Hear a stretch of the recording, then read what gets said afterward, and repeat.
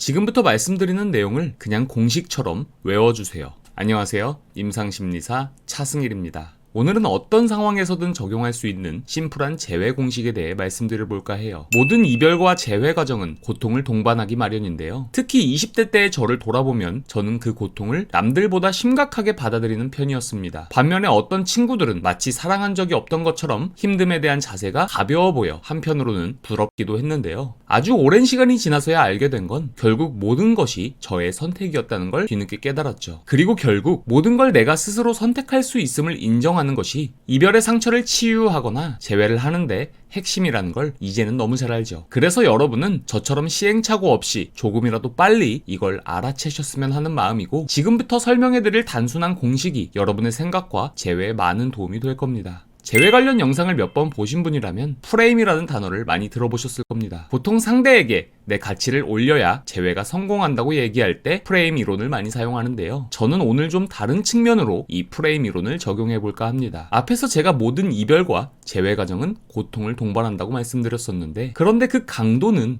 지극히 내가 선택할 수 있는 영역입니다. 즉, 내가 나를 어떤 프레임에 위치시키냐에 따라 같은 상황에서 내가 덜 힘들 수도 더 힘들 수도 있다는 거죠. 그런데 예전에 저를 포함해 대부분은 일부러 더 힘든 쪽을 선택하는 경향이 있어요. 예를 들면 이런 거죠. 이별의 원인을 모두 내 탓으로 돌리며 후회하거나 자책한다거나, 재회를 원하는 입장이라면 상대의 모든 행동 하나에 의미를 부여하고 기대했다가 실망하기를 반복하며 자신을 더 힘든 상황으로 몰아붙입니다. 그런데 안타깝게도 그럴수록 재회는 어려워집니다. 왜냐하면 자신의 감정을 컨트롤하지 못하면 행동 또한 컨트롤하지 못하고 결국 여러분이 하지 말아야 할 행동과 해야 할 행동을 구분하지 못하죠. 그러다 본인이 재회를 스스로 망치는 경우가 대부분입니다. 그래서 우리는 1차적으로 지금 상황을 우리 스스로 프레이밍할 수 있다는 걸 알아야 해요. 이 고통이 강제당하는 것이 아니고 스스로 선택한 것임을 정확히 인지하고 상황을 심각하게 받아들이지 않기 위해 노력해야 한다는 거죠. 방법은 간단해요.